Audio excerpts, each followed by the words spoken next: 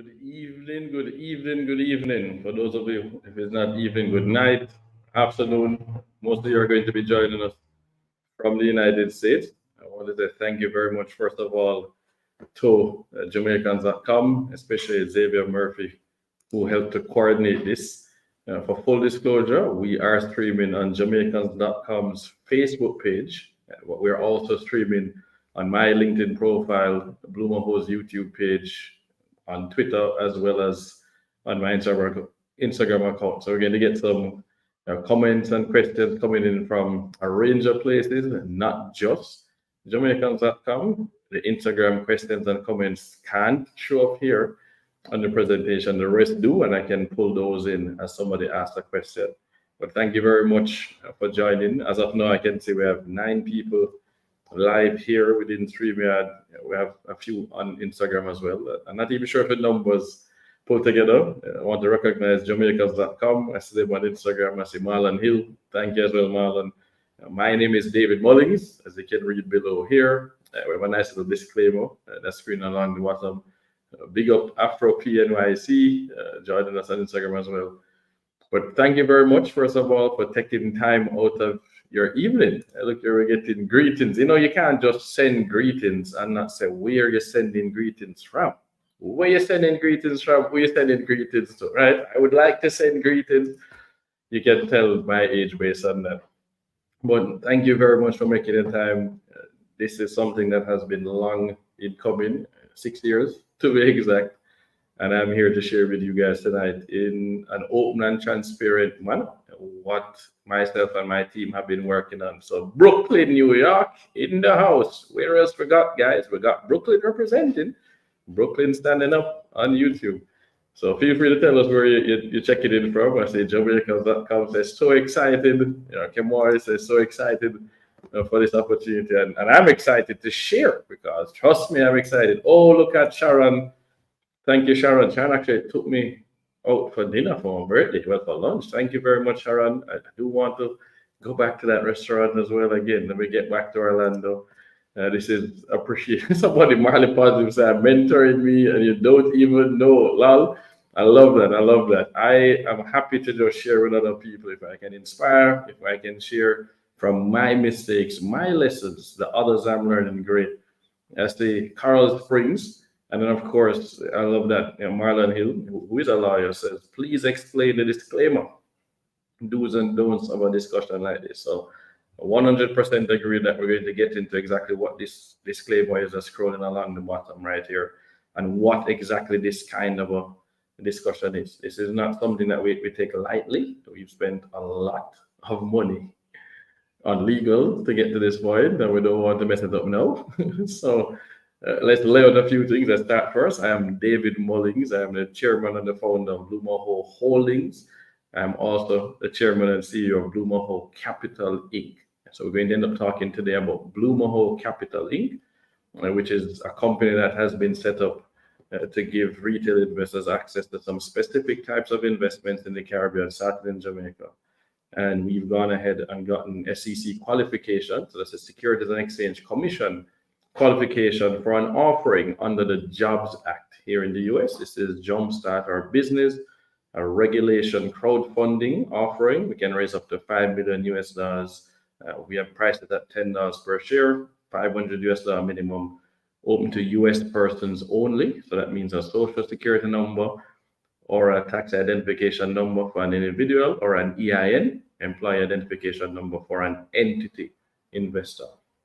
Plantation, Florida is near. Big up first generation Jamaican American, and it's an epic opportunity. I appreciate it. So what this disclaimer means is that first and foremost, we are not giving investment advice to anybody. So we start with that. And then all investing has risk. There's a risk of loss of capital. In fact, risk of loss of all your capital. So we have to be very clear. I'm not here to tell anybody how they should be investing. I'm here to talk about what we are doing. And then we have an offering available to US persons within the 50 states of the US that allows us to raise within certain constraints. We are allowed to generate, solicit, and we can take capital from non-accredited investors. So that's the average person, not just the 1%. So Reg CF, There are specific rules about how much you can put in. It depends on how much money you put in to other Reg CF or Reg A's, other Jobs Act vehicles over the last 12 months. The platform will calculate that for you. Thankfully, we are working with a platform that is SEC registered. So this is a regulated offering. Just to clarify, an SEC qualified offering does not mean it's approved. Securities commissions in countries do not approve an investment. Right? They've just simply looked at it and said it meets all our requirements for what you're putting out to the public. We then have to file other things as we go along, and we're really excited to be the first US-based company to have an SEC qualified offering for a business based in the US to raise money from the general public via general solicitation to then invest back into the Caribbean. And no one has taken that specific approach. Maryland in the place, big up Maryland. And what's your Plantation, Florida? All right, we have to represent. That is pretty much Kingston 21. You're down there by Miramar and Pembroke Pines. Come on, I mean, wow, I really appreciate the positive comments. So happy you got the right people to put something like this together. Wow. All right, we are grateful that you believe it's the right people to put together. So let's get into what I want to describe as the meat of the matter. The first thing, in terms of the order of what we want to go through, is a little bit about me and some backstory. So number one, I believe that I need to introduce who I am. Before you ever look at doing something, doing business with somebody, in my opinion, you need to know who the person is, know a little bit about their background and what makes them think they are qualified to execute whatever it is they're talking to you about. Whether it's your doctor, your nurse, your lawyer, your investment person, the CEO of a company you want to invest in. I think that you should introduce yourself to the people.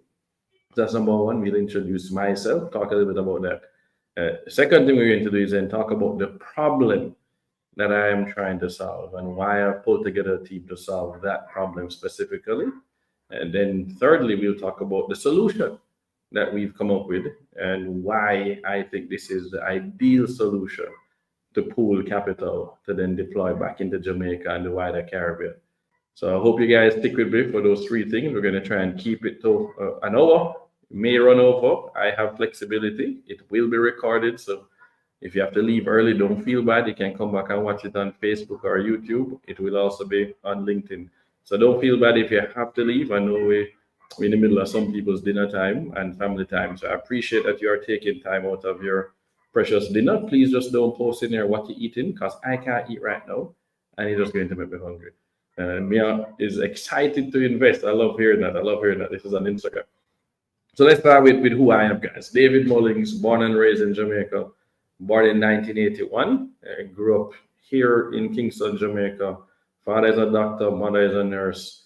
Met at Spanish Town Hospital, started life in St. Jago Heights, Keystone to be specific, out in Spanish Town, but grew up between Mona, Hope Pastures. So a little uptown boy, but spent a lot of time in Montego Bay. A grandma and our Mullings family is from Montego Bay, so that's where the family plot is, out at the parish church, the Anglican parish church out in Montpelier.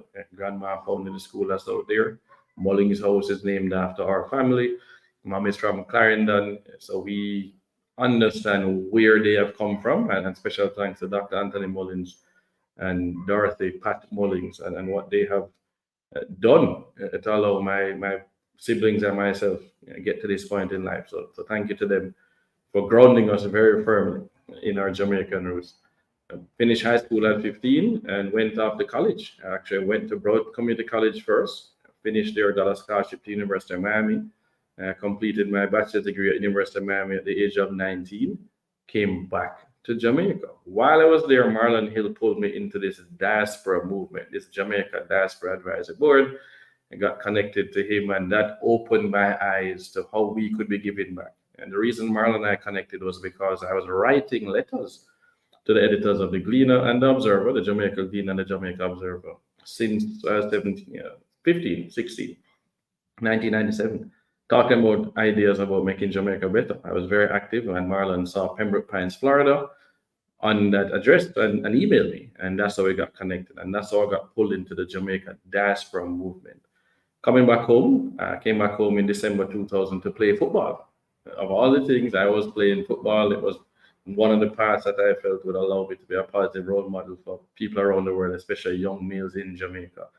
And part of that reason was that at the age of 15, my father had sat me down to ask me, what do I want to be when I grow up? And I said, oh, that's easy, Dad. I want to be a positive role model for young people around the world, especially young males in Jamaica. And Dad says, oh, man, that wasn't the answer I was expecting. But we raise you, that means you have a plan. What's your plan? And I said, we have 4 options. Number 1, I could become a lecturer at university just like you. Dad taught at Mona in the medical school, mainly 4th and 5th year students. And he said, I'm flattered that you would follow in my footsteps, but that's not enough impact for someone like you. Take that off the table. What's number 2? Number 2, then I could become a politician and eventually a prime minister of Jamaica and be a better person from a governance standpoint.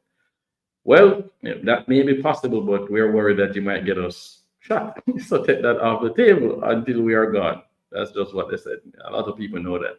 So after that, he says, what are your last 2? And I said, well, I could become a star football player, use that for good, or I could become a successful business person who then uses my money to make films and music that changes the way we talk about ourselves, present ourselves to the world, and the way we think about ourselves. And he says, those are not mutually exclusive. Mama and I will support both of them. But who is your role model? And I picked Richard Branson at the time as my role model. And so then Dad says, great, starting every summer and every Christmas, you're going to present a business plan, you and your brother, to Mama and I with 5-year projections that we can invest $10,000 in. That was a little surprising to me. I was like, wow. And so we said, okay. And so every summer and every Christmas, we started presenting. And that became Dr. No, right? The James Bond movie, Dr. No, every summer, every Christmas. Until finally in 2000 December, he said yes. Mom and Dad said yes to the first business that we really pitched that came out of our MBA program. So I go back to Jamaica 2000. I played football with Real Mona. I end up working with BirdLife Jamaica, a nonprofit up at UWI. End up working after that with Jamaica National. Earl Jarrett pulls me in. He was a chairman of the Environmental Foundation of Jamaica. Had me do some work with BirdLife to fix their website, work on membership, work on their brochure. Word got back to him, I did a good job. And he pulled me in to work with Jamaica National, saying, we have this thing called Jane Microcredit. It's now Jane Small Business Loans Limited, but it's Jane Microcredit. It lends money to small business owners across Jamaica.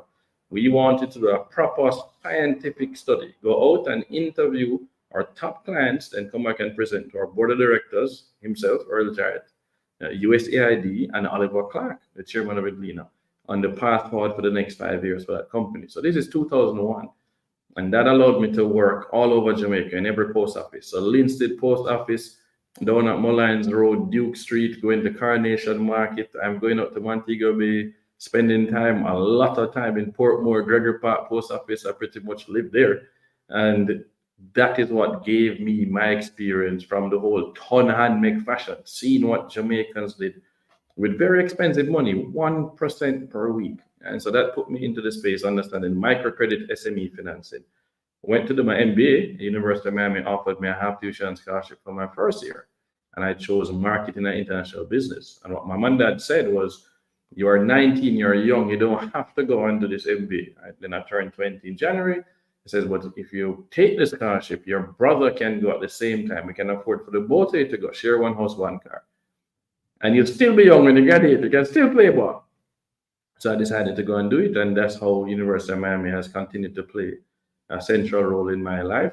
I ended up going to school with quite a few people. Some of them are now CEOs of public companies in Jamaica, private companies. It made some good connections, and it taught me how important it was for the Caribbean to come together regionally, right? Our Caribbean Student Association, not just our Jamaican club. And it was exciting to meet people across the region through the MBA program in particular. Marlon Hill gets me more involved, and I become the first Future Leaders representative on the Jamaica Diaspora Advisory Board, representing Jamaicans across the United States. The board has 3 people in the US at the senior level. So somebody for the Southeast USA, 13 states, Marlon at the time, somebody for the Northeast USA, and then one for the West Midwest. Canada has 2, and the UK has 2. They now create a Future Leaders post for each country. I get to be the Future Leaders rep for the entire US. And that now gets me meetings on a regular basis with the Prime Minister of Jamaica and the Minister of Foreign Affairs. And once again, I get to travel around the US and meet members of the diaspora, us overseas Jamaicans who want to see better for Jamaica. We want to reverse a brain drain and turn that into a brain gain. So giving back is part of the whole story, and Marlon is central to that. I ended up being asked by Jamaica National in January of 2006, January 3rd, to move back to Jamaica. I was in Jamaica for something they sponsored our first business. And they asked me to come on board in charge of youth marketing and to join their marketing team. So I joined the product development team and the marketing team, and I have to design mortgages, investment products, and savings products. I'm going to be in charge of the websites. I'm going to help launch internet banking. It's called JN Live. That was me. I'm in charge of e-channels, and I helped to design our first high-yield savings account targeted to the diaspora. So I designed a savings product going into the US, Canada, and the UK, and help to market that. And once again, that is now banking experience, financial services, financial products, the power of the diaspora, and understanding what we abroad want to be able to do in Jamaica. And for me, what we want to do in Jamaica is similar to what other members of the diaspora want to do in their other places. So I think it was really important that that experience came in. I launched that. A year and a half later, I got pulled to go and work in private equity in Florida, and I was told it's easier to raise money to buy a profitable existing business than for a startup. So you need to learn private equity and study Warren Buffett. So I was told by one of my key coaches, we're going to read every single letter to shareholders that Warren Buffett has read. We're going to discuss them every quarter in Orlando. And we're going to read every book in order that my mentors give me. So that is my introduction now to the world of private equity. So this is investing in private businesses, mainly to buy, hold, and then scale them over a 5 to 7 year period. So really excited about that experience. Moved to Orlando, Florida, which is where I still live. A year later, Jamaica National reaches out. Earl Jarrett says, "Oh, you need to come back and help. The person you leave just not go on with anything, come back.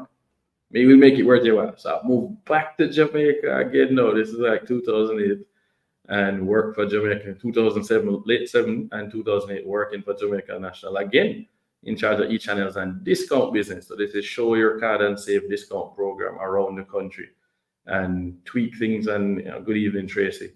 And it was really exciting to get to go back and work at Jamaica National. That then stretches into another year. Supposed to be 12 months, it moves to 18 months. I need to get back to what I'm doing in Orlando.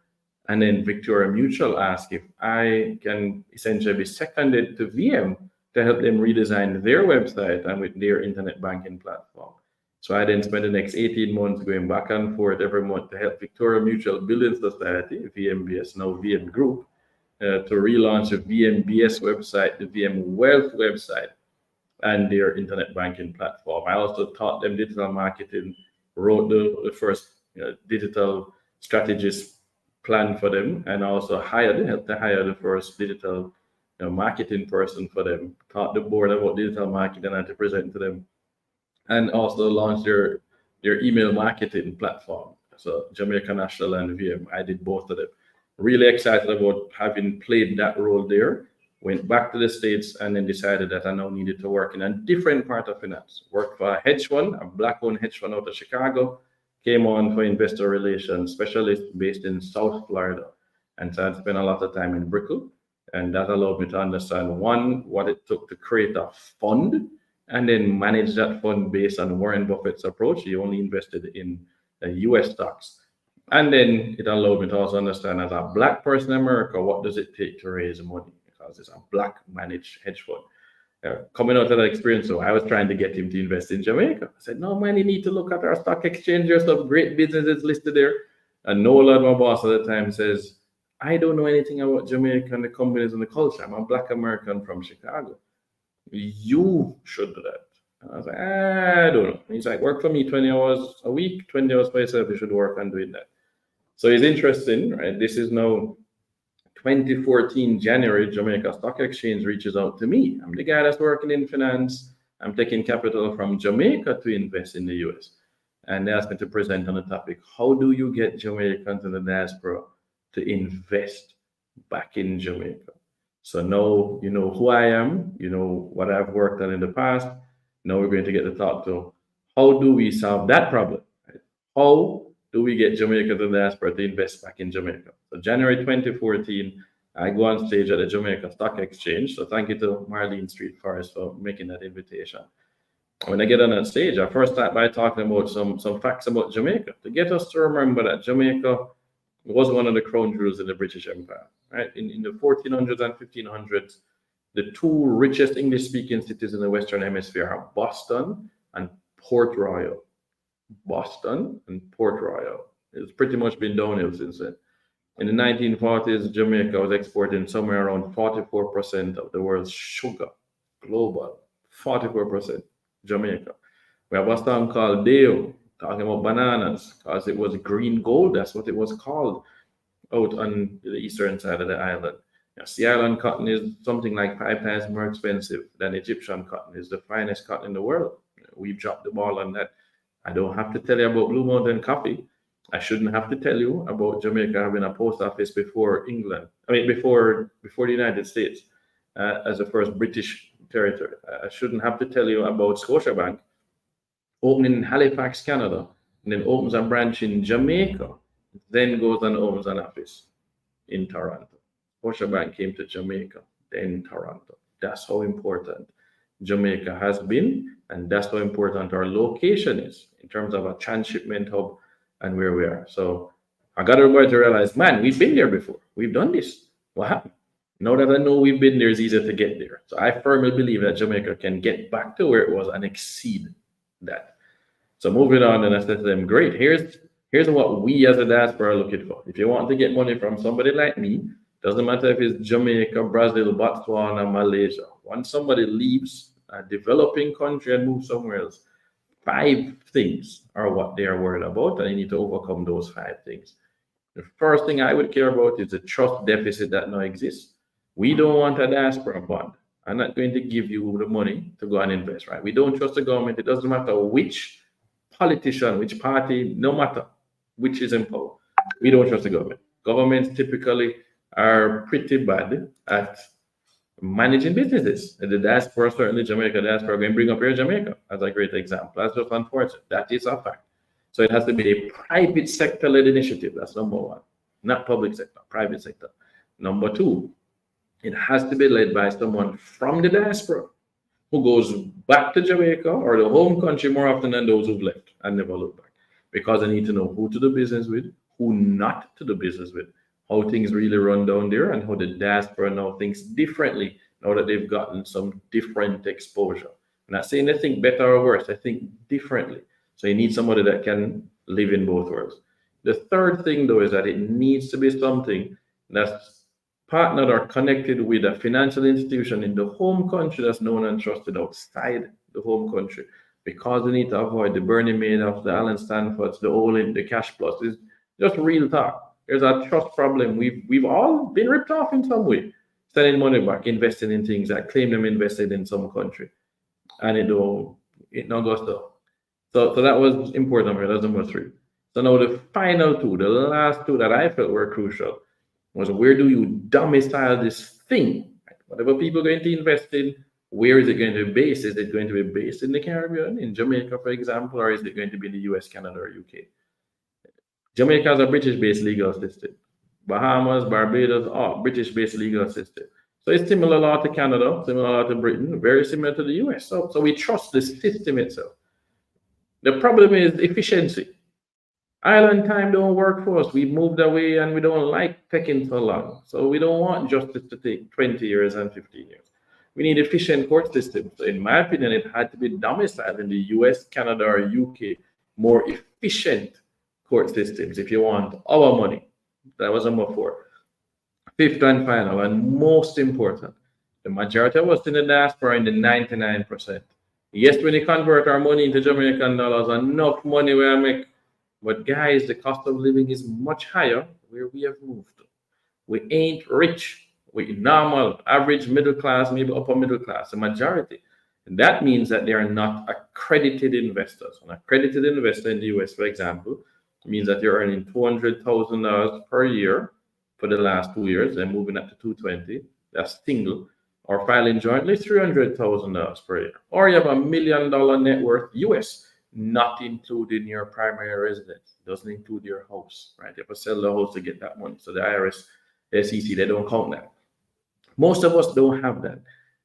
Accredited investors get to invest in venture capital funds, right? They can get into Facebook and Amazon before it's public, can invest in private equity funds, they can invest in hedge funds. The regular person can't invest in those things. So if it was going to be open to the person with $100, not just the person with $100,000, it could not be a hedge fund, it could not be a private equity fund, it could not be a venture capital fund. We only had 3 options left.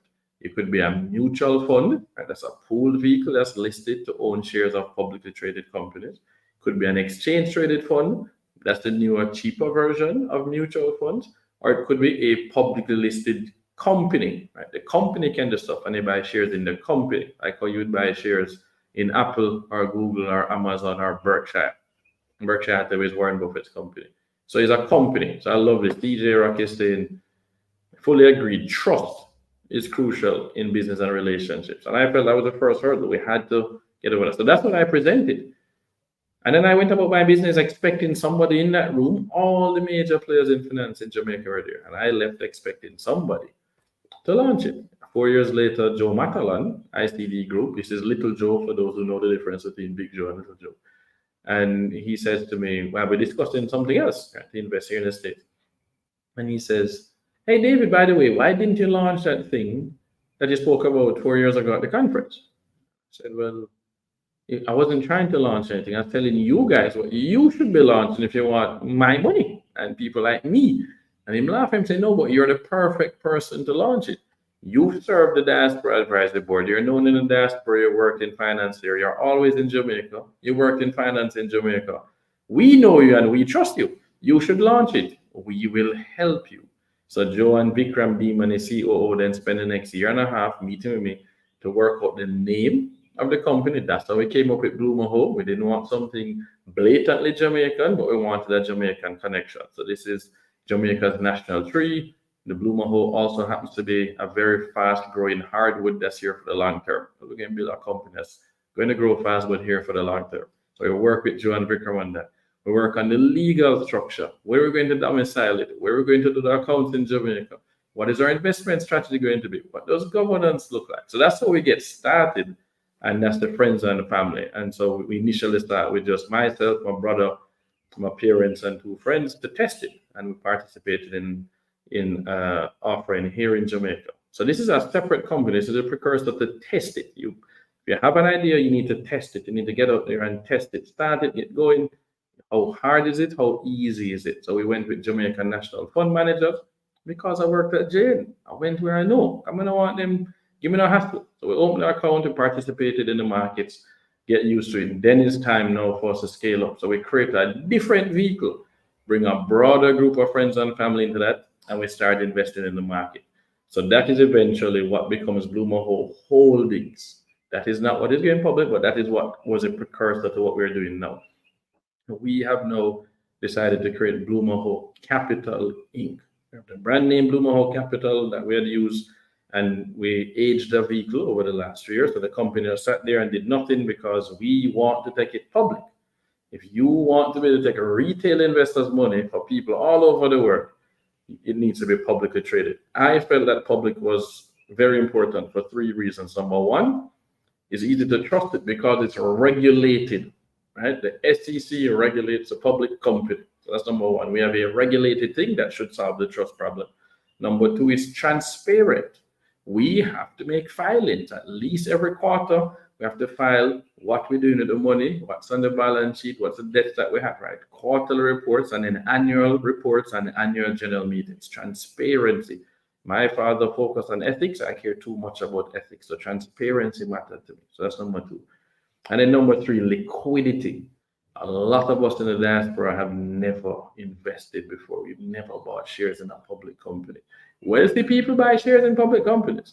Most of us have never done that. We've never even discussed investing as well.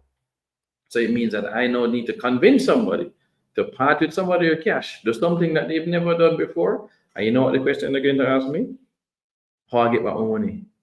Well, the idea is that if it's publicly traded, you just sell the stock, right? It's a publicly traded stock. It can go up or in value or down. The goal is that over time, the business keeps growing, the stock will follow. And then it pays dividends. So you earn money for holding the shares, but if you want to sell, you can sell it. You don't have to call me and say, Mr. Mullins, we want maximum money. No, it's public. You just buy into it just like you buy Apple. You sell it when you want to sell Apple. Exact same thing. It keeps it very simple, but again, transparent, regulated / audited, and liquid. So we want to look at how do you go public? Let's list something. Is it the New York Stock Exchange or is it going to be the NASDAQ? So now we talk about the third piece of our presentation, the solution we came up with. Right? So we're talking about the problem we're trying to solve, the 5 things I felt were important, and then what that solution would be. In my opinion, the best solution is a publicly traded vehicle that starts first by raising money in the United States with the end goal of being listed on a major US stock exchange. I chose NASDAQ because NASDAQ software powers the Jamaica Stock Exchange. This happened to have been the best performing stock exchange in the whole world for 5 years, according to Bloomberg. It was Jamaica, Vietnam, and the US. So Jamaica has been there. It's done a really good job. We felt that great. Let's start with home and let's get involved because there's a lot of people who send back $3 billion per year in remittances. 3.13 billion last year, actually. Some fraction of that wants to be invested back into Jamaica. Invested, but they have no vehicle that is trusted, that is audited, that is liquid. Let us create that for them. So in my opinion, the way I've been taught as a scientific person is that you look for successes and then you work backwards and see how they did it. It's the same way you're going to recreate an experiment. So who has listed the company? What are the ways to list? We reach out to NASDAQ. They give us 4 ways. Now we can get listed other than an IPO. So we get the 4 ways. Oh, wow, we can direct list the company. These companies have direct listed. Oh, wow, I didn't realize they could do that. Roblox did a direct listing. Spotify did a direct listing. Here's how direct listings works. Here's the 4 options to pull off a direct listing. Pick one. And so we looked through it and we said, oh, wow, look at this. We can create a vehicle and it is 2 years old or more. It does not need any revenue. You can have an aged company that you can direct list. Okay, well, to direct list, we can do what's called a Regulation A+, a Tier 2 offering. You can raise a maximum of $75 million and you can do a mini IPO when it just gets listed. Okay, wow. And we just need to get to $5 million in stockholders' equity. Okay, how are we going to raise the $5 million? That's the next question. Oh, well, under the Jobs Act, which is what Reg A is as well, we have a regulation crowdfunding, and it moved it from $1 million to $5 million.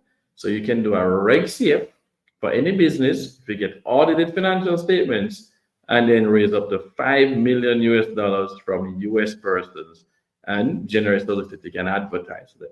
So now we have a way to get listed and we have a way to raise $5 million in stockholders' equity. If you have no debt on the balance sheet, then the $5 million on it is $5 million in assets. Oh, and we need to get 300 shareholders and we need an investment bank. So we went and made the calls. NASDAQ made introductions, work with the lawyers. We go raise some more money and start paying for that. So Blue Mahoe Holdings pays for creating Blue Mahoe Capital, pays the lawyers and so forth. So we got our audit done earlier this year, filed the paperwork, and then we got an SEC qualified offering last week, Tuesday. Well, 2 weeks ago, Tuesday. So mid-May, we make history. We become the first vehicle in the United States that has a SEC qualified offering to the general public to raise money to invest back into the Caribbean, Jamaica being a core. So that is the vehicle that we've created. We call it a special purpose vehicle. We had to break down in there, though, what we're going to do with the money. And that is always a critical question that somebody should ask. I am giving you money. What you going to do with my money? That's the first question, is what you're going to do. Not how much you're getting back, not the return. I ask them actually, what are you going to do with the money? So what we decided was start with the simple things. I am a Warren Buffett disciple. I talk a lot to Michael Leachin, and Mike made it very clear to me. Focus on the 1 foot bars to step over, not the 7 foot bars to jump over. That's what Warren Buffett says.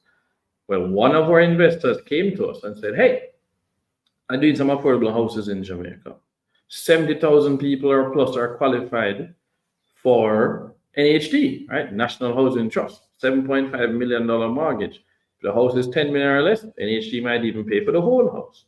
But 70,000 people have enough land to build 700 one-bedrooms.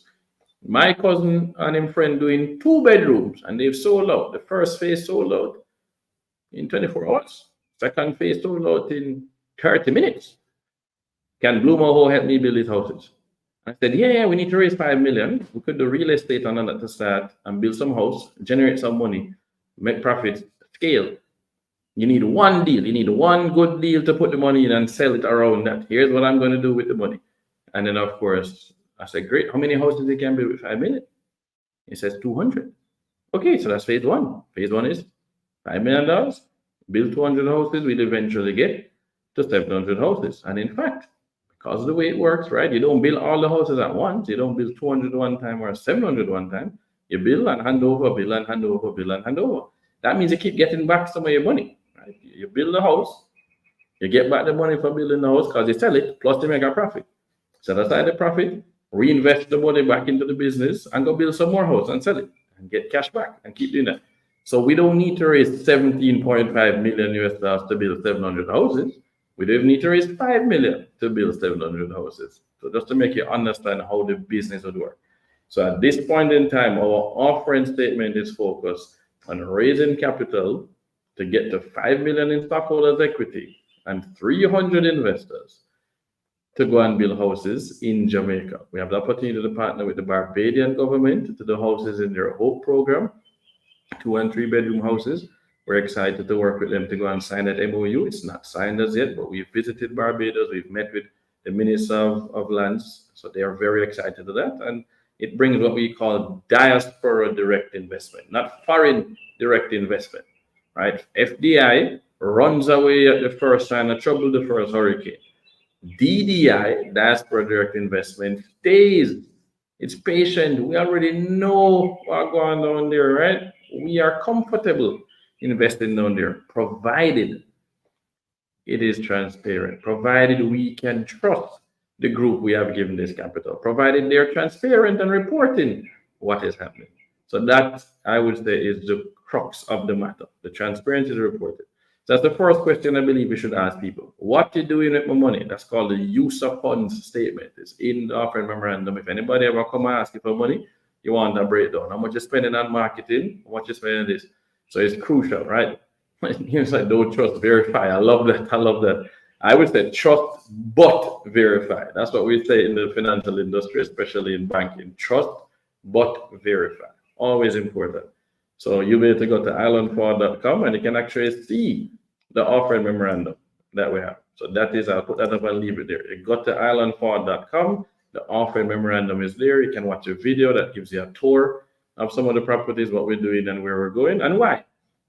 The second question that you should be asking, and somebody can ask, I love this, what's the project ROI on the holding period?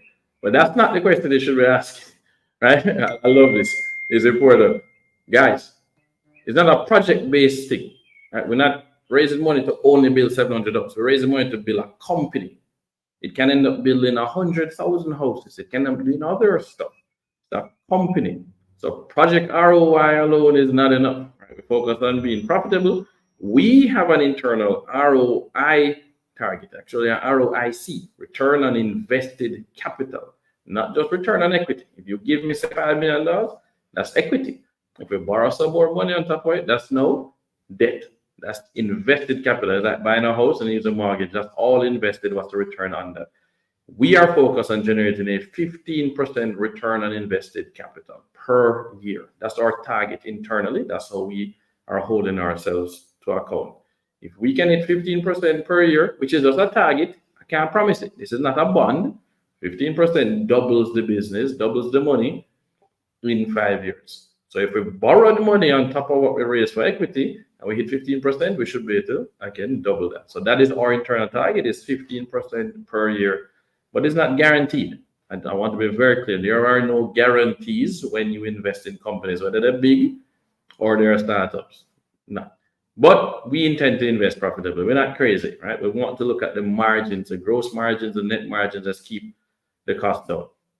So what you should be asking after asking, okay, great, what are you using the money for? You should then ask that person, what happens if it don't work? Right? You need to believe and know for a fact that the person you are dealing with Because if they come fix your car, you need to know that they have your interest at heart. It's so important. Make sure they have your interest. If they're going to fix your brakes, you need to trust that they're actually fixing the brakes. So the same thing with money is no different. Same thing with the doctor is no different. Do you have my interest at heart? When it comes to money, we've seen issues in the corporate world where heads I win, heads you lose. So people running the company, run it into the ground, get a golden parachute and get paid a bunch of money to leave. I don't believe in that. I think that's crazy. It shouldn't be heads I win, tails you lose. It should be that it's an owner-operated business. So if you feel pain because the business is struggling, I'm supposed to be in trouble. Right? We're supposed to be in the same boat, rowing in the same direction. So for full transparency, my entire net worth is in this company. I've sold every single stock I own in the United States. I have no assets in my name like that. Is in this thing. I'm all in on this. So if you go put $500 in it and it fails, it's only $500. I'm in trouble. Do you think I'm going to work my butt off to ensure that this thing works? When you read through the offering memorandum, you will see in there what my salary is, because that's public. I have to declare everything. We declare how we spend the money. That's all going to be in there. If we take the company public at least a $50 million valuation, and then I get a one-time payout, and then my salary drops to $1 per year, $1 US. The reason that is because I want my investors to feel that they're going to get paid and that I'm busting my butt working for you. Because when you buy into a company, it is now our company. I know my thing, our thing this now. We're in the same boat. But if somebody is living high on the horse, then they may not put out the effort that's required because I'm good anyway. But I don't want to be good anyway. I need to make sure I'm busting my butt. I need to feel that. So the only way I actually get cash is either selling stock, and I'm not selling. I'm holding on to this forever. Right? I can borrow against the shares. I'm not a big fan of debt from that standpoint. Anything can happen. And then most importantly is dividends. Right? When a company generates profit, the board then declares dividends for that quarter. The dividends are then paid out to all the shareholders. So my intention in paying myself $1 per year US is that the company has to be profitable. The company has to declare dividends, and it pays you, my fellow shareholders, and I'm the shareholder as well, and I get money. That is how I get money. So my question to you is, do you think I'm going to bust my butt to ensure that this company is profitable? That is crucial, because that's the only way I'm going to actually make money. One person has asked me, what's the initial investment amount? $500 US, $10 per share, $500 US minimum. So round trip ticket to Jamaica, pretty much. We wanted to make it affordable, and we're evaluating even lowering that even further. Nothing has changed as yet. For now, it's $500 US minimum to invest for a US person. So we've answered that question. That's the second question you should ask. Are we rowing in the same direction? Do you have my interest at hand? Oh man, I love this question. Any stock-based compensation? I got somebody, Fitz, big up. I got somebody asking some really cool stuff. Oh, this one is interesting. Have you gotten, I love this. Have you gotten any pushback from the Issa family? So no pushback from the Issa family. In fact, I sit on a board at University of Miami School of Business, Herbert School of Business, the Latin American Caribbean Initiative Advisory Board, and one of the Issas and myself sit on that board. We're the only two Jamaicans on that board. Absolutely no pushback. Look at this. If I say God price, God said from I know you have bust your butt any endeavor you take on. That is true. I was raised in a house that care about ethics, man. So it don't matter to me. This is what's crucial. I'm here to work hard for my team. You supported me. We're in the same boat. I'm going to roll like crazy. We're not here to waste the money and be flashy and spend it off, guys. Warren Buffett didn't do that. So I want to be clear. Any stock-based compensation, that's so important because we've seen this happen repeatedly where the company, not profitable, but they give a whole bunch of stock, or it made some money, but then it uses stock and award to the person and give them millions of dollars worth of stock. And then they can at special prices, whether or not they deserve it. No, so there's absolutely no stock-based compensation. The stock you have is what you have. You want more, you have to buy. So we have a team. We had used stock to bring some of them in. We have set aside some additional stock to bring in people one time, so they are now aligned. You want alignment. I believe in sharing. So if you are going to work with me to build this business and be successful and support our team, our shareholders, our family, that's what you are. then you should have skin in the game. So here is some stock to leave your big job, take a little discount to come work with us. That's how startups work. But there is no more stock-based compensation. We might have profit sharing, but no, you should work because the value of your stock that you already have is going to go. I should not be giving you more stock at a discount. That's not going to happen. So absolutely no stock-based compensation at all. There is no special stuff out there for me to buy more at some cheap price. Doesn't happen, will never happen as long as I have control of this business. Once again, I think we need to all be on the same page. We need to be equal, basically. I just don't think it's fair. So me want more, I've got to buy more. That's just the way it is. I just have to buy more. So I love this one. This is a great question here.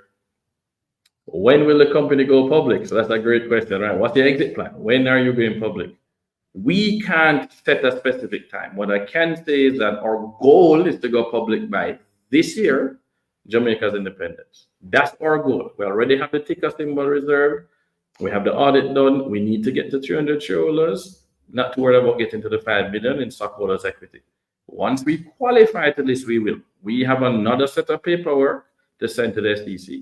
So we have accomplished step 1, the Reg CF offering. Step 2 now is going to be the Reg A offering, the tier 2. So we're going to scale up how much we can raise, and that then sets the mini IPO. We can reveal the ticker symbol, and then we want to get listed. That is our focus. Get listed. The SEC will take a minimum of 30 days to review the document we're going to send it. So minimum. So for argument's sake, we send it in on June 1. SEC takes 30 days. A qualified offering, call it July 1. And we're going into July 4th. The offering gets qualified. We now can come and tell everybody, hey, Reg A plus is qualified.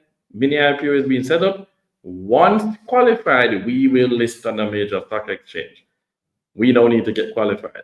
We have some ways to make sure we get qualified. So it is doable. It's a tight window. That's our target. I cannot promise. The SEC can take longer. It could take 6 months to review. So let's see where that is. That's not in our hands, but our goal is to get listed as soon as possible because it gives liquidity. The next question that you'd have to ask somebody, if I invest in your company pre-listing, what is the lockup period?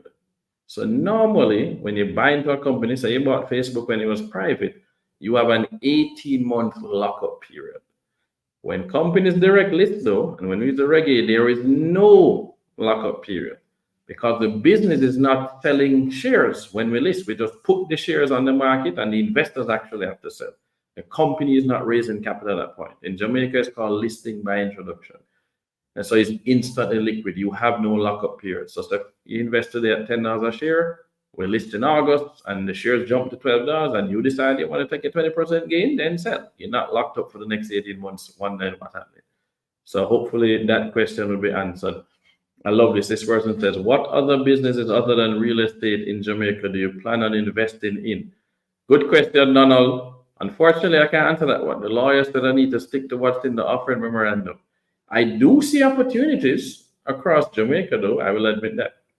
I think there's some great opportunities in infrastructure, great opportunities in information technology, great opportunities in business process outsourcing, sports and entertainment, consumer goods, financial services. Quite a few options. You can look at how India grew over the last 20 years, and you can see where the opportunities are going to come. But at this point in time, we need to stick to the focus on affordable housing. We will update our documentation. It would give some more clues when the SEC qualifies the additional offering that we're going to put together. But certainly, if you're going to follow the path, nobody has to only stay and do the housing.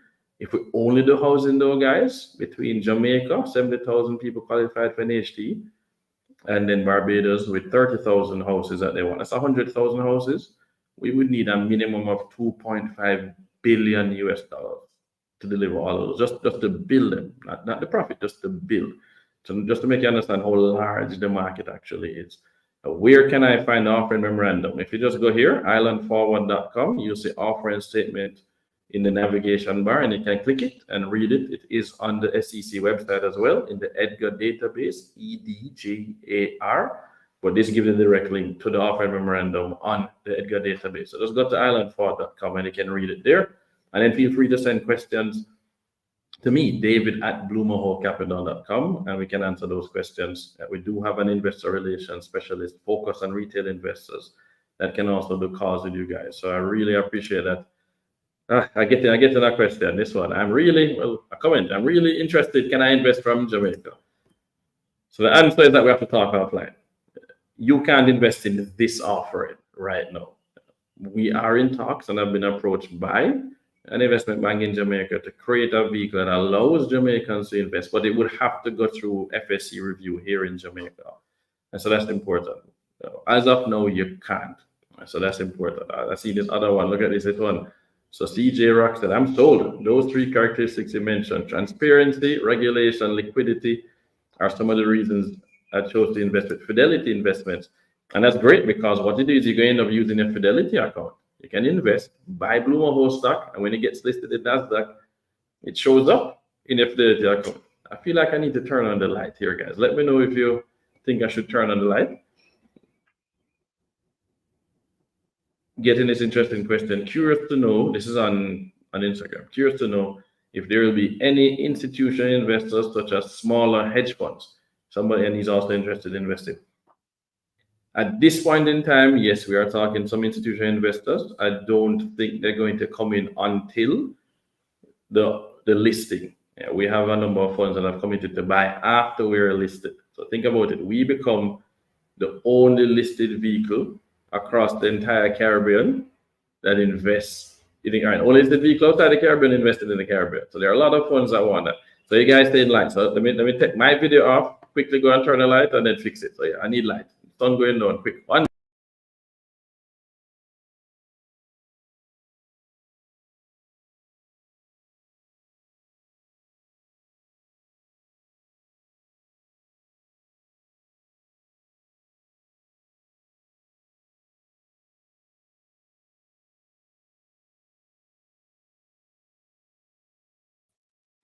Oh, geez. I am back. You can see me. I don't really like this, but you can see me now. Oh, do I block this one? Thank you very much. Oh, wow. This has been a long time coming. Very transformative. I appreciate that. You see how I'm interactive and I listen to people? I ask if you need a light and I get the light. Maybe I'll turn it this way. So, yeah, I love it. Yes, turn the lights on. I'm getting messages from friends who are watching their WhatsApp with me and say turn on the light. So, thank you very much, guys. I appreciate the feedback. And this is something that is really important to me. It's my personal journey. You know, when somebody has their why and they're passionate about solving a specific problem, this is my problem. So whether or not we raise money from the public, I'm doing this anyway. That's what I'm going to say. If it stays private, we're going to do it and just keep our friends and family in it and we keep going. I believe that, first of all, when you discover something that can work, you should try to do it at scale because there are undoubtedly other people who want to get exposure, but they don't necessarily have the time.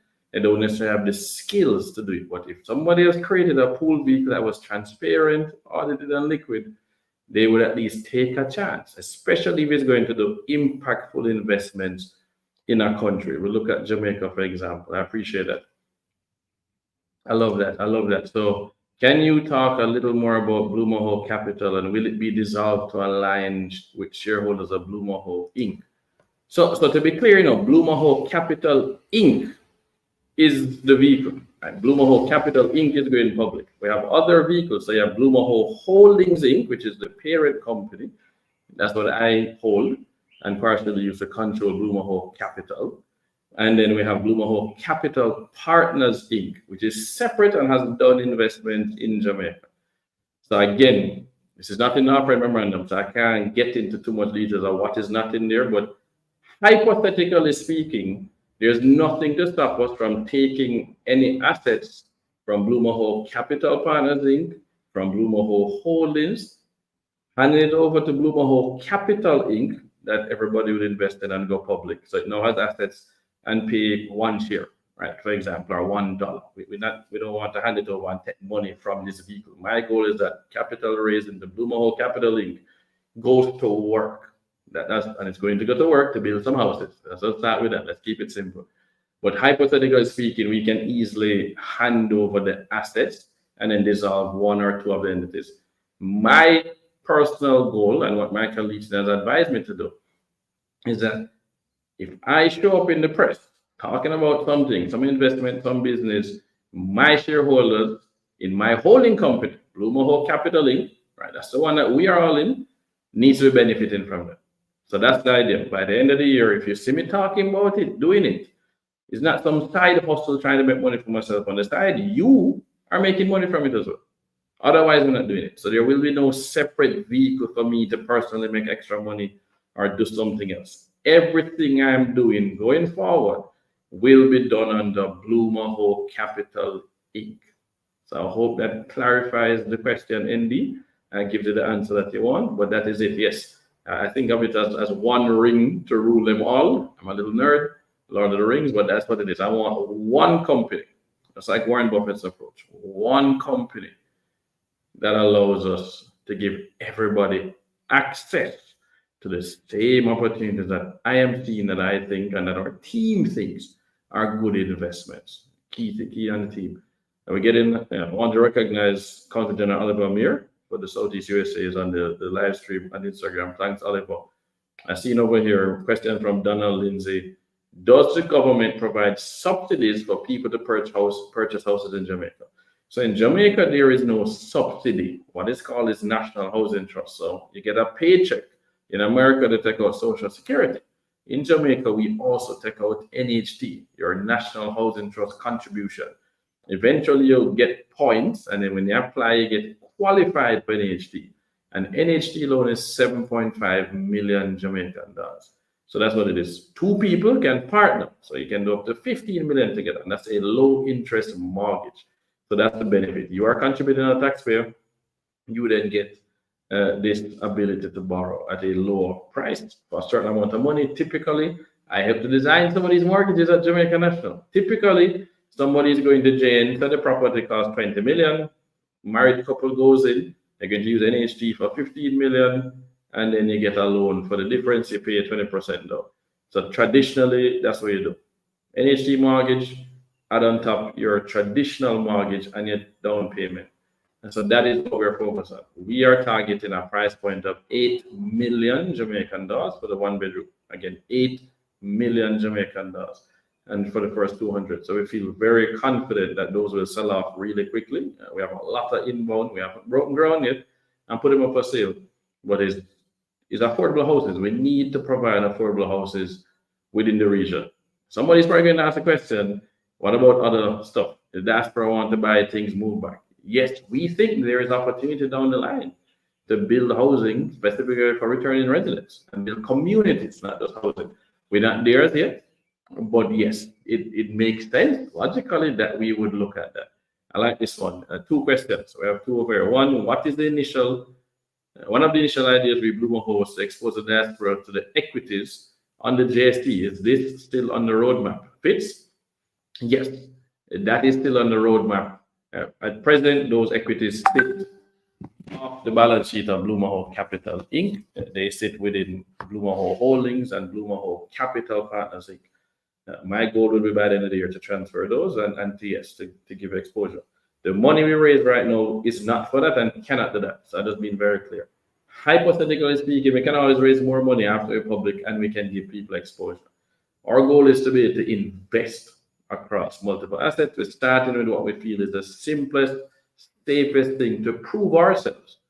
Right? It is my job to prove to you that we are good allocators of capital. So let's start with one thing. Let's not complicate it too much. Let's start with one thing, execute, get it done. So I like this one. This one. CJ said, years ago, I got stuck in analysis paralysis and passed on great opportunities. Now I do my research and seize moments. I got my $500. Let's do this. I love it. Hey, might as well take a shot. I like this one. So we have two more questions here. Kemoy is asking, what are the benefits of being a part of the direct listing versus investing once listed? Can you disclose total direct shares available? How much is available for these retail investors? So all of that is actually in the prospectus, but to give you an idea, is $10 a share. We have authorized 25 million shares. We're not selling all 25 as yet. So essentially 500,000 shares at $10 raises $5 million. It's going to be 5 million shares or 500,000 shares out of 25 million. We, however, do intend to go and do a Reg A offering. We'll push that up to $75 million. Is the total that you can raise. So we use an evaluation of 250 million US, and then we're going to sell. Ideally, we would sell 75,000 shares out of 250,000 shares. So that gives you an idea of what the numbers look like in terms of percentage ownership of the business that would be available to retail investors. We could do additional public offerings or rights issues after that to raise more capital, bring in more. But at this point in time, we are capped at 225 million shares, $10 a share. So that's where we're going. And we only, right now in the offering, are authorizing 500,000 because that's 5 million. Do the next filing in an ideal world, SEC then qualifies that offering, and we move it to $75 million raise. Now, as again, you're asking specifically as well, what are the benefits of now versus after we're listed? Well, the benefit now is that we have a price locked in at $10. So we list at $10. We can't change it. It's $10 a share. We list it at $10. It can go up or down. If you wait until we are listed, then there's a benefit that you can buy in an RA, you can do other things, and anybody in the world can buy.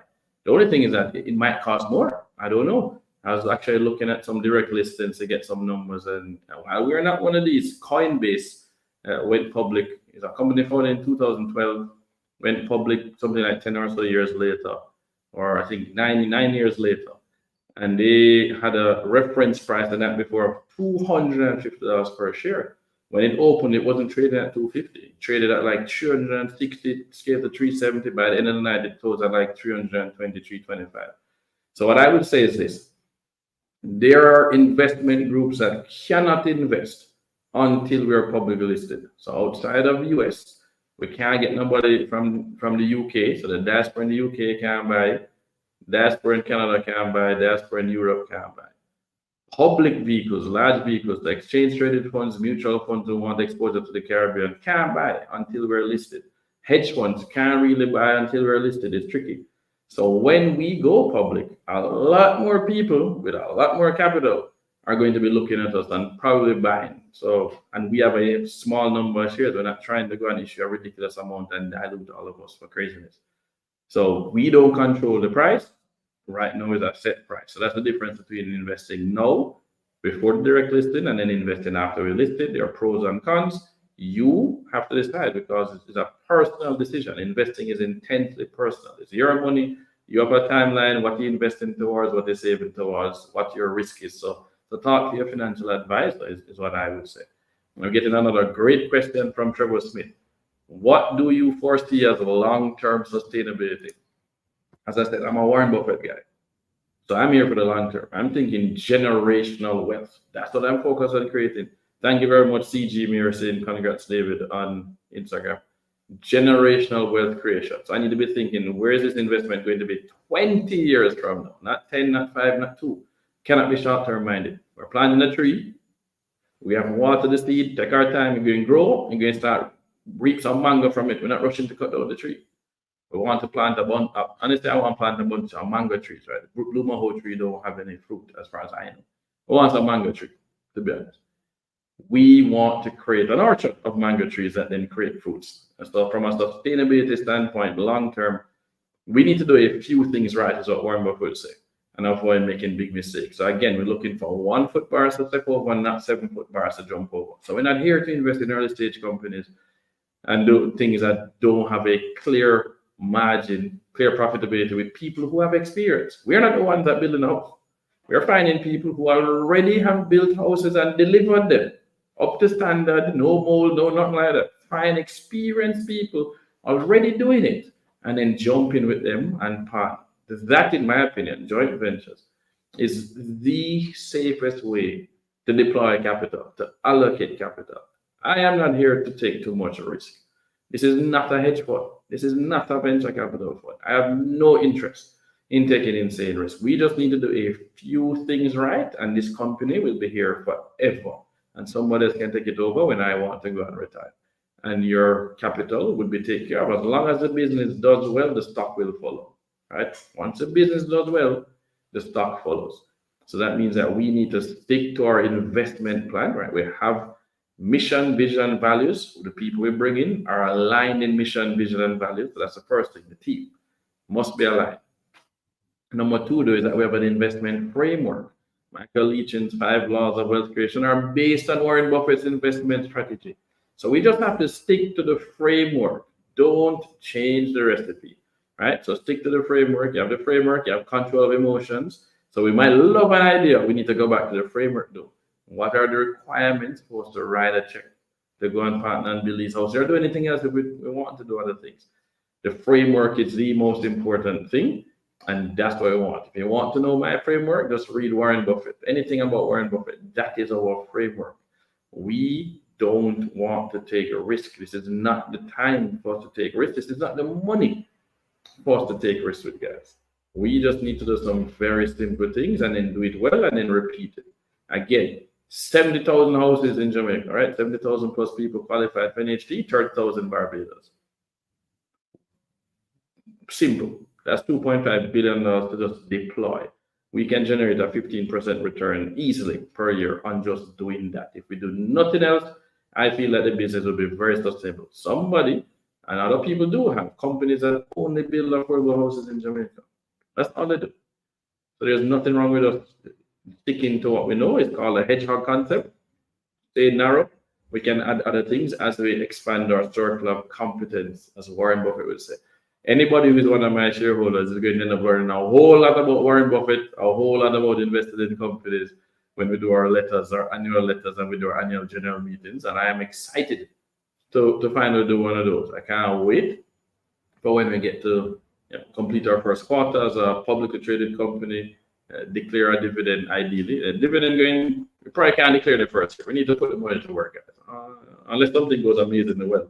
Usually you wait 12 months, but I can't wait to do our first annual general meeting, our first annual report, my first annual letter to shareholders of our public company. And the goal is to teach, right?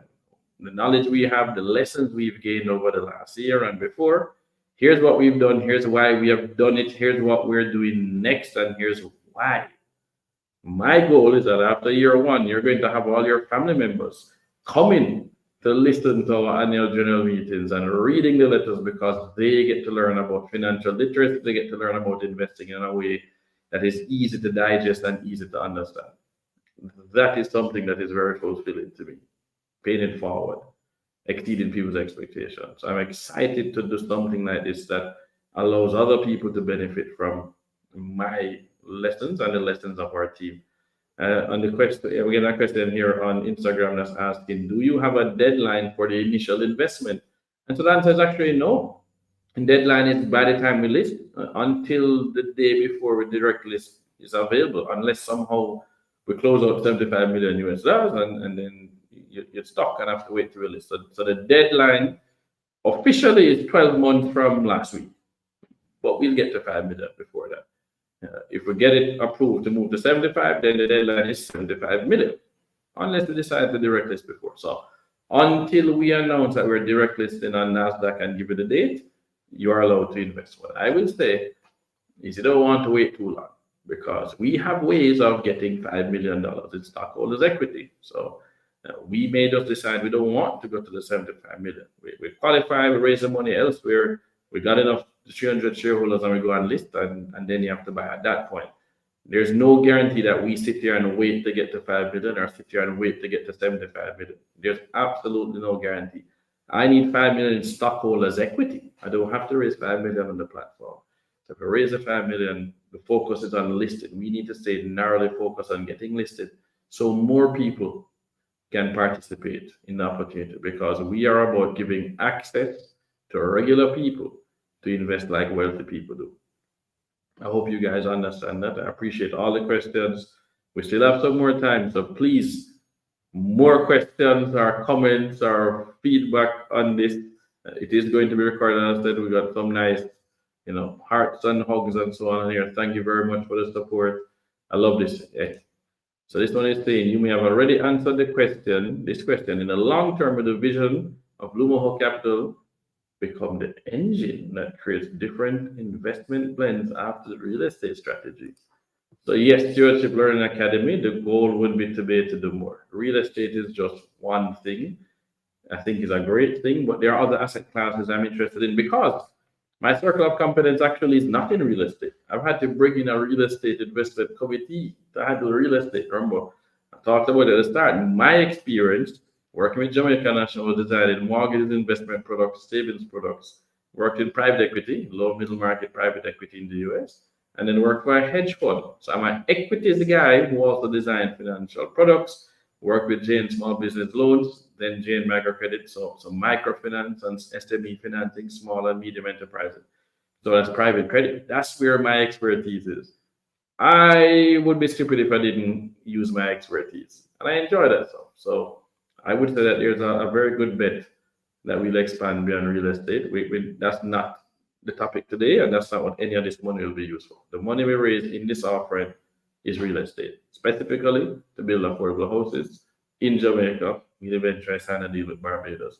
So I love that. CJ is saying in 1999, I was introduced to investing in marijuana. Wow. And rejected that notion. Still regret it today. Warren Buffett is also my virtual stock market coach. Seriously. Well, you and I are going to get along great. Warren Buffett is definitely the guy. And yes, cannabis has turned out to be great. It still has some issues. Let's see what happens when it is no longer a Schedule 1 drug in the US. By the way, Jamaica actually has legalized, right? It's decriminalized, not legalized. Jamaica has decriminalized cannabis. There's a whole cannabis licensing authority. There's things out here happening in that space. It is not something we are looking at this point in time. I don't know if we'll ever look at it, to be honest. If you think of it as agriculture, fine. I don't know. It's not something we actively consider at this point in time. So I'll just make sure I put that out there since you brought it up. But guys, we're going to wrap up soon, but I love your company. We have a little more time. I don't want to stay on too much longer. I am on Jamaicans.com channel, so I'm have to be careful. Love this one. Will you tap into the AI stock? So I love that they asked that. We are already tapping AI to help us sift through opportunities. Why not have the AI look at companies or even analyze the balance sheet or the paper to look at see where efficiencies could be found? How could they improve their marketing? Where are cost efficiencies? What stocks maybe we're looking at? Here's what the criteria we're looking for. We're going to end up having an asset management subsidiary. Okay, well, it could launch a fund and the AI could use us. When I worked at a hedge fund, the guy had some software coded in India, and he would feed it the data from there and close the market on a Friday. It would then spit out the companies in order, the top 50 based on the criteria he set. Well, AI can do that now. So I have seen how we could leverage AI for some of the things we're going to do. So 100% we will use AI to help the business. I don't know if we're going to invest in AI. Again, that's a nascent thing. I would need to see it have some business, actual business cases and using and growing. So we're not here again. We can do the simplest things possible. What is going to be here in 10 years? What's going to be needed again in 20 years? Well, housing definitely needed. Infrastructure is needed. So use AI to our benefit. We don't have to necessarily invest directly in an AI company, for example. I see this one. Mr. David, you know my question. Yeah, man, we know. All right, Tanya, as members, Tanya is actually our investor relations specialist for retail. As members of the Caribbean diaspora, we can become an integral part in the economic growth of the region while increasing our own worth. I'm so excited to be part of this opportunity. And we appreciate that you've been here from day one as well, Tanya. I've seen some questions coming across from Instagram and on the platform. Let me stay with this one here. So we have one here on Instagram. Big up yourself for joining. Thank you. So Deborah out of Jamaica, can you expand on the timeline for completion of the first phase of the development project in Old Harbour? All right, interesting one. So we want to do 200 houses in phase 1. We can deliver 1 house per 30 days per 3 people. So for every 3 people hired, the house is built in 30 days and delivered. So 200 houses is really going to depend on how many people we hire. But it is doable. 30 people you deliver in, right? If we had 30 people, then they're doing, as we said, 1 house, 3 people, 30 people, 10 houses. 10 houses per month at 30 people working, which is great. We're doing jobs. That means we need 20 months to deliver that. So the more people we hire, the faster we can do it. Hiring people costs money. That's really what it is. We want to spend the first $1 million preparing the land, laying infrastructure. They already have a 2-bedroom development there, so there's a decent amount of infrastructure, but we still have to do some. So yeah, in reality, 200 houses should take us 18 months if we scale up the workforce enough, which then creates jobs locally for Jamaicans, and these are skilled jobs, skilled labor. So we're really excited about that one. This next one is, it's genius to delegate real estate to someone who has that that's their real genius.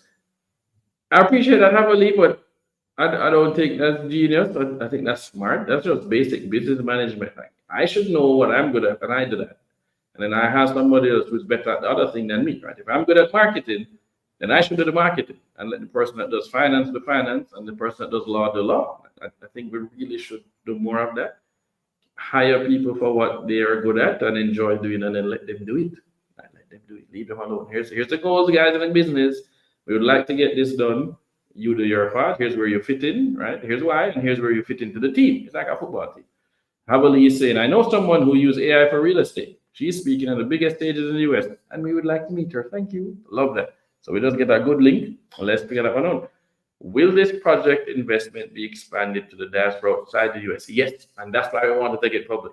The minute it's public, we can go to the UK, we can go to Canada, we can go beyond that. So we have to get listed. It's crucial. Oh, wow.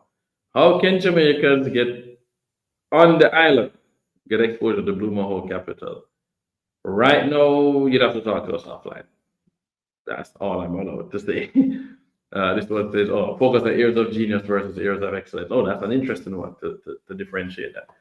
I like this one now. I can see the road constructions and building occurred in places like St. Thomas. I believe in your vision. Job well done. Yes, and we've actually visited the St. Thomas project. I've driven the new highway. Kudos to the current government. It was great.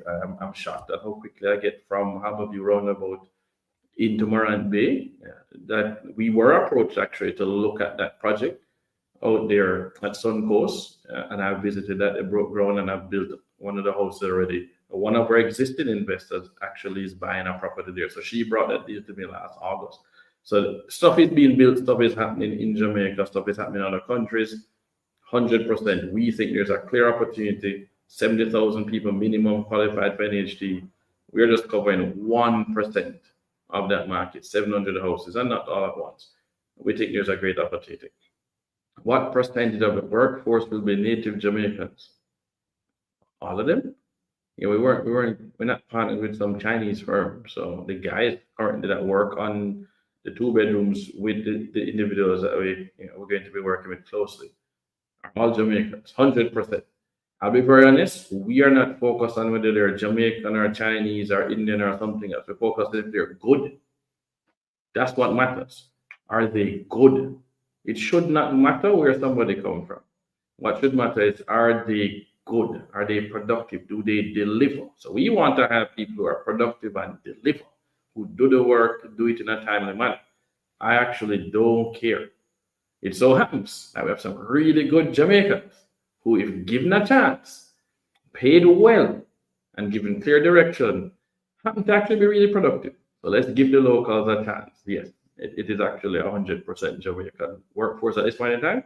If we can't get enough, if we need to scale up to say 100 people, and we can't get enough local Jamaicans, then we're going to have to expand. But for now, so we want good guys, we want good. But we have to admit, we have some talent at Jamaica who just need a help, a support. Let them, pay them well. I'm going to stay here, so I love it. Pay them well. Let them deliver for you. Show that you care about them. I think that is something that is missing, to be honest, in capitalism. We have started to treat people like they're robots. That's why wages have gone like so, but cost of living are go so. We can't pay people fairly.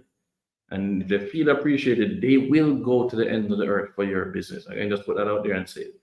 What's the construction plan approval process, and how long is construction projected to take? So it's already approved.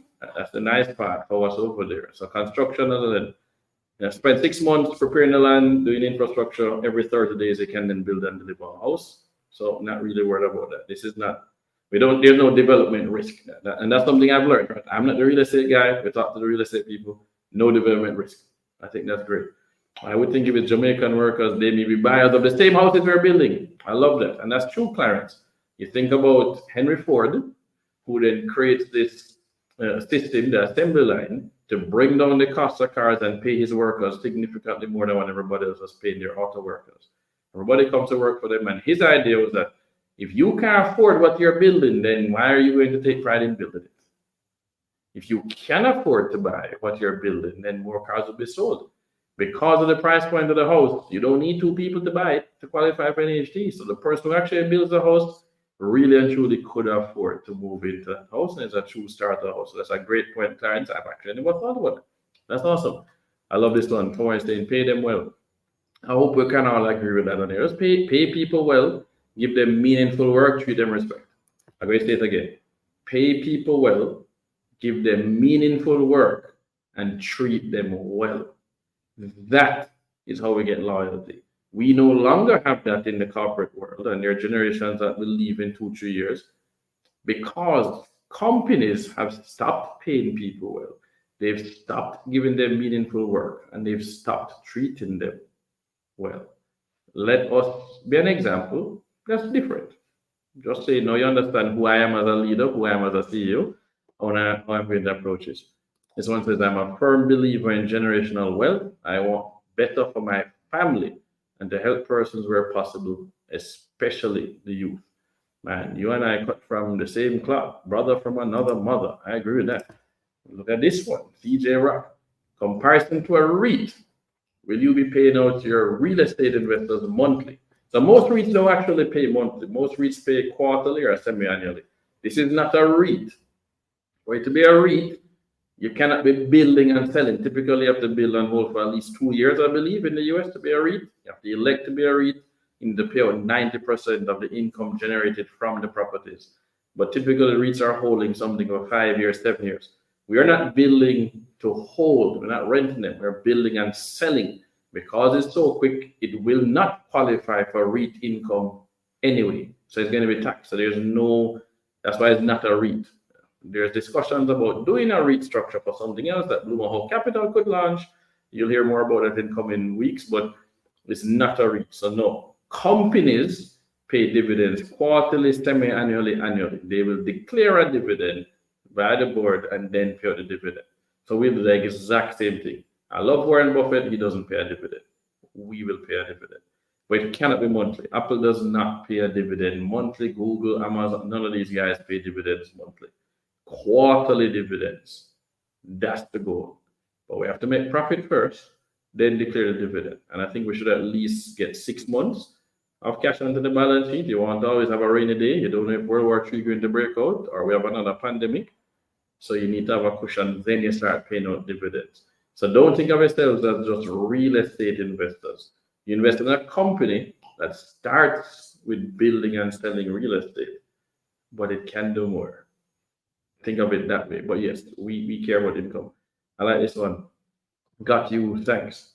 All right. So this is really good. I think that we've answered all the questions that I've seen across Facebook, YouTube, LinkedIn, and on Instagram. I didn't see anybody with questions from X, from Twitter.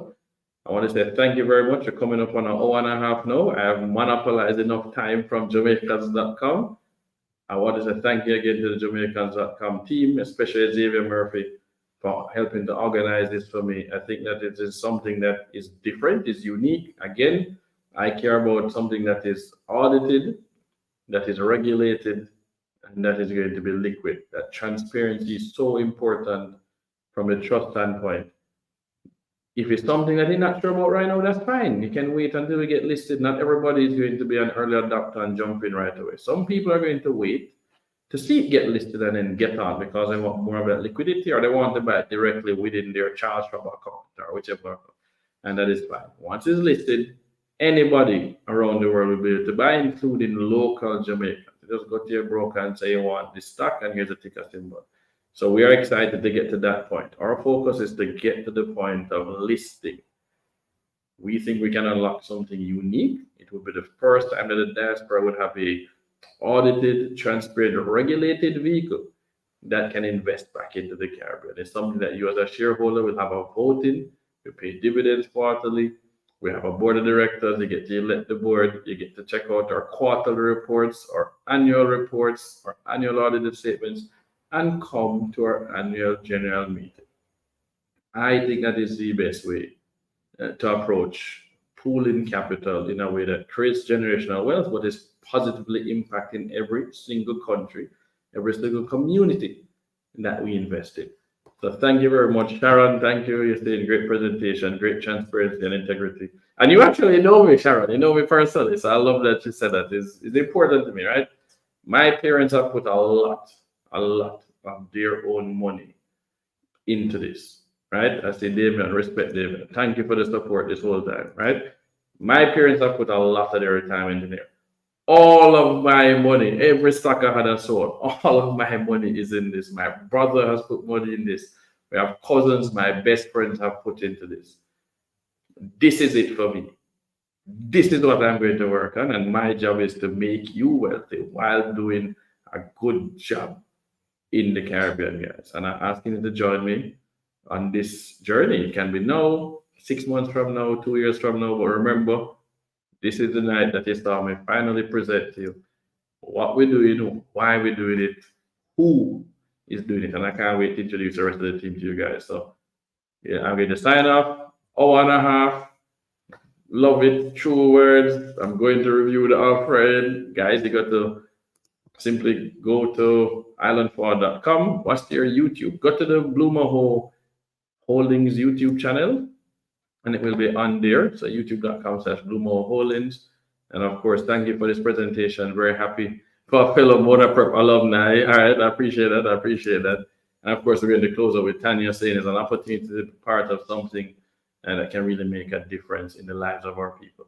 And ultimately, that's really what impact investing is and what we should do with money. Right? The more money we have, it's the more impact that we have.